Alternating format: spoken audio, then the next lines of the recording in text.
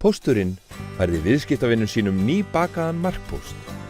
Markmiðið var að vekja athygli þeirra á vöruframbúði fyrirtækjalausna póstsins og því að þeir gætu bætt við sig þjónustuleiðin hjá póstinum. Það köllum við að stækka pakkan. Risasnúðarnir sem við sendum mældust tæpar 20 tommur í þvermál og vógu 2,5 kíló. Þeir innihéldu 650 grömm hveiti en bara 70 af sykri og dass af kanil.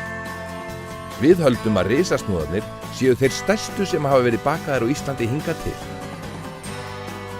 Sendlaþjónusta póstsins færði fyrirtækjanum sem viljum bjóða að stækka pakkan risasnúða og risabréf. Við afhentum risasnúðan og risabréfið í morgunkaffi eða síðdegiskaffi fyrirtækjanum.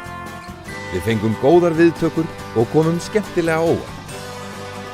Öðruvísi markpóstur vekur athygli.